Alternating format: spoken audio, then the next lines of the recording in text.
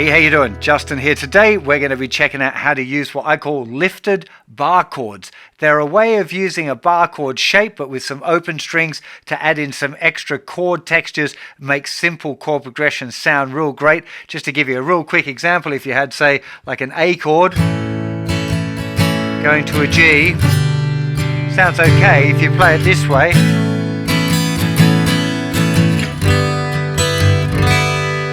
sounds so lush.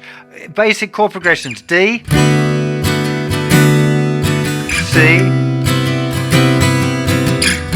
G, F. Hey, there's so many ways of using this trick. It's not very difficult either. So if you can handle an F bar chord, okay, remember the hard part of that is actually the bar part. It's not putting the rest of the fingers down. So the cool trick with this is we're going to start with a bar shape and lift the first finger up off all of the notes except for the root note. Let's get to a close-up and check it out.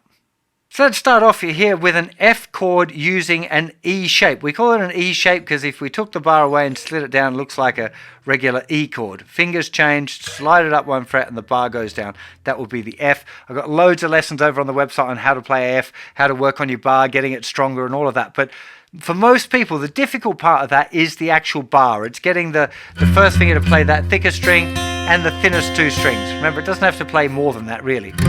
But what we're going to be doing now is the first finger is only going to be playing the thicker string. Now, to start off with, we're going to move that up to the 5th fret. Okay, just because it's I know this is a nice sounding chord, right? So we start with the regular shape, exactly the same as it would have been an F, but now the root note is here at the 5th fret, which is the note A. So this is an A chord if we had the bar all the way down. But what we're going to do here for this trick is move the hand forward a little bit to reveal the thinnest two strings. It sounds so lush. It's actually, weirdly, it's a clash between this note here, the C sharp in the A chord, and the open B string. That's what makes it sound so beautiful. So that's really, technically, I guess it would be an A add 9, but it doesn't matter. It's just a substitute for a regular A major chord, right? If we move that same shape down 2 frets, so we've got a G on the bass note. Now we've got, technically again, it's a G6 chord. It doesn't really matter. It's just a G with some color tones in there, right? Now, how much nicer does it sound if we had A to G, or we could have this.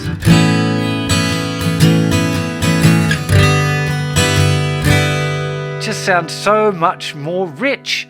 So much more interesting. And I'm not saying that you should do it all the time, because obviously too much of that would end up sounding a little bit boring too, but man, such a nice sound. You can also use it on the 2nd fret.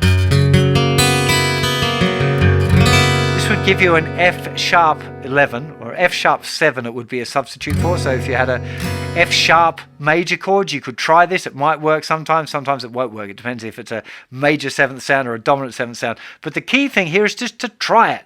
And sometimes with these sort of sounds, especially if you've got those 2 notes ringing through multiple chords, you get away with it. There's something about the continuity of those strings that'll enable you to play some chords that otherwise might be a little bit too kind of out of tune. So sounding great on the A, that's the 5th fret. On the 3rd fret for the G. On the 2nd fret, it's a little bit spicy, but it often sound great as an F sharp major type chord. Or an F sharp 7. Down one more to F.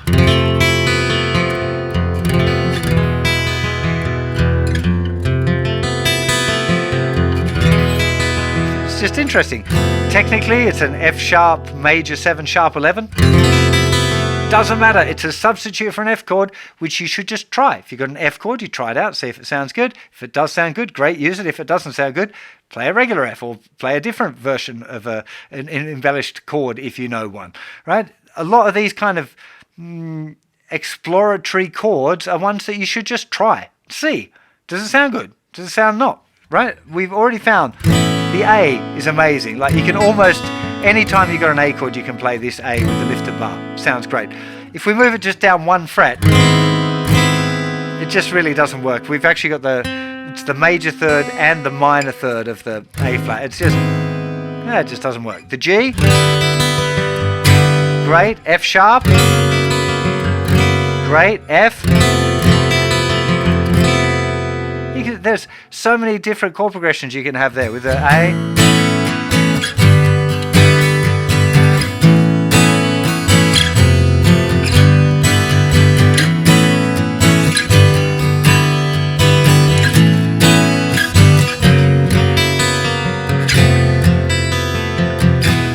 It's really, really creative and fun to start exploring this stuff.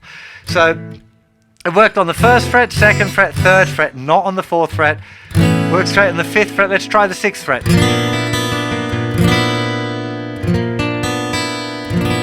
I'm not really sure that's the B flat with the B in it.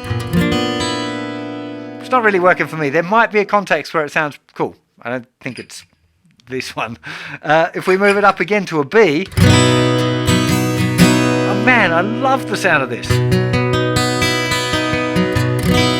This is another nice one if you're not used to playing like B bar chord. This one, a lot of people struggle with that one, but they've managed to play the F. So in this case, having the B up here, if you've got something that goes E, B, A.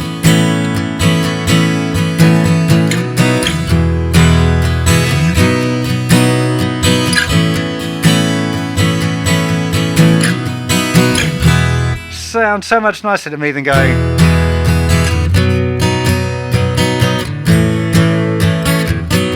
That has its place, right? There's nothing wrong with it.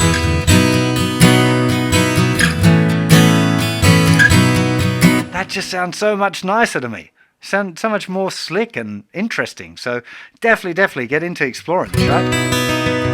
That's a B. Move it up one more.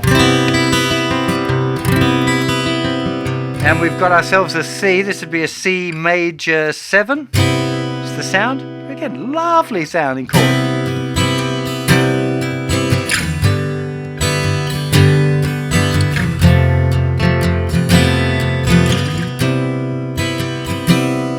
Move it up one more. C sharp. I'm not sure. It's got the major and the minor third thing going on here again. That clash. Not really working for me. D is good though.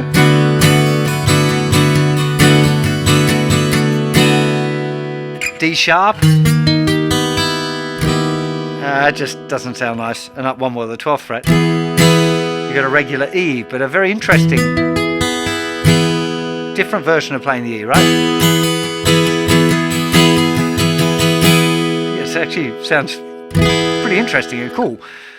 So the only frets where it didn't work were the 4th fret, the 6th fret, 4, 6, C sharp, that was, 9 and 11. So 4 out of 12 don't sound good. The rest of the time, it sounds really lush. So explore it. The D chord, great, C, B, A, G, F, and then the F sharp. So basically the white notes plus F sharp are the ones that are going to sound nice. White notes meaning no sharps or flats. For those of you who don't play piano, I'm not sure what I was talking about. But it goes further, this idea. Now, often when you're playing this kind of thing, you might want to access minor chords as well. But there's a bit of a problem here with minor chords. I'm going to do it up on the A again here. There's the A. If we wanted to do the minor version, the second finger has to go back to here. And then that makes... that's pretty tricky. Okay, 1st finger there on the 5th fret, 7th fret, 7th fret, and 5th fret. That's... I can kind of do it, but it's really awkward. And I just wouldn't. It doesn't feel easy enough for me to be able to jump to in a song, especially in a live situation. So the way around it is to leave off the bass note. And then we play the rest. So I know the bass note's there. That's the root note. That's where the name of the chord is. But I'm not actually going to play it. So I'm just muting it with the tip of my 3rd finger. Is going to press up just a little bit to mute the thicker string. 7th fret, 7th fret, 5th fret, and the open string. In this particular case with the A, you could choose to play the open A if you wanted to, but it doesn't work with the other chords, right? So that works really great for the A minor. It's an A minor 9, but whatever. It doesn't sound horrible now on the A flat minor. It's a minor chord with a sharp 5th, but yeah, it's got a different function I think I'm hearing, but anyway, I wouldn't worry about it too much. The G is awful now. So maybe, yeah, not that. F sharp. F sharp minor 11, this chord is lovely. Okay, especially going like E to F sharp minor 11.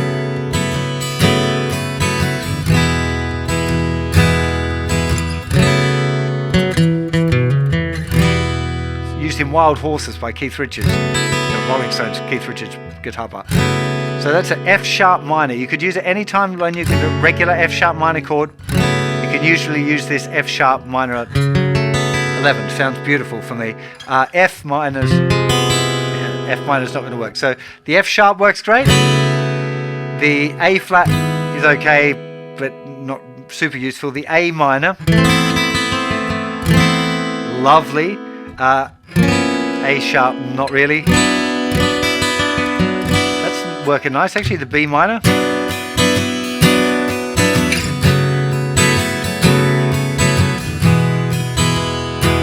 There's a nice progression. That's B minor,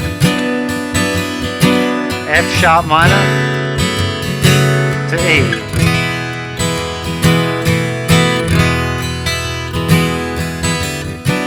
C minor is not going to work because we've got the E flat with the E. It's just not really happening. C sharp minor is working. That's lovely.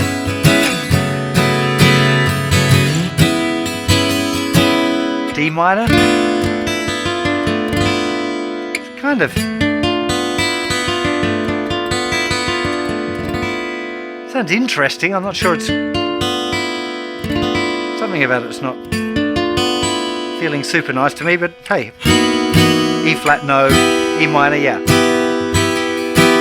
But the key thing, the big takeaway here is experimenting. So taking a chord progression that you know already and trying these ones out.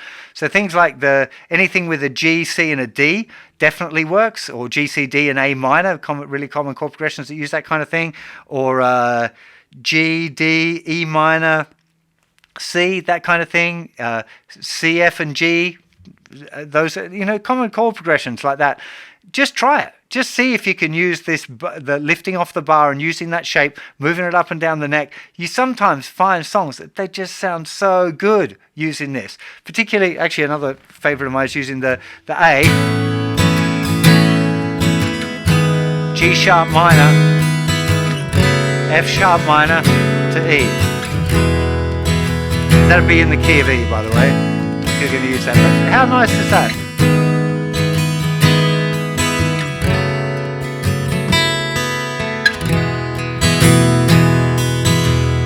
So just try it out. You're going to find a few times there where it just really, really works great. I was just trying to think. There was one song that I remember learning, and Blower's Daughter by Damien Rice uses this song. There are loads of songs that use these grips, and I'm just trying to think. I'm struggling to remember them in the spur of the moment. I should have written it down first. But check out on the website. I'll put a list of all of the songs. If you know some songs that use these grips, let me know in the comments either on YouTube or on the website so that I can add them into the list. It's always like when somebody says, "Hey, what's your favourite song?" You go like, "Oh, I can't remember what my..." Yeah, I'm having one of those moments. So I hope you'll forgive me. But like I said, I'll stick that extra information about songs that use these particular types of chords over on the website. Now, one further thing that I'm not going to go through with you now, I might do it in a video later on, but what would happen if we tried using 5th string root chords to use this same idea, using some open strings with the 5th string root, the A-shaped ones, or maybe a C shape? Maybe we could explore using some of the other chord shapes up and down the neck. I wonder how that would go. Anyways, have fun exploring this idea. Try and work it into at least a couple of songs so that you've put it into practice in a song that you know already. That's the way of absorbing this stuff. Don't just learn it as a thing and then you'll never use it, right? Put it into practice, into a song, as soon as you can. That way you've got a good chance of actually remembering it and making it into a practical and useful thing that you've learned. Hope you enjoy it. Have yourself a wonderful day, and I'll see you for plenty more very soon. You take care. Bye-bye.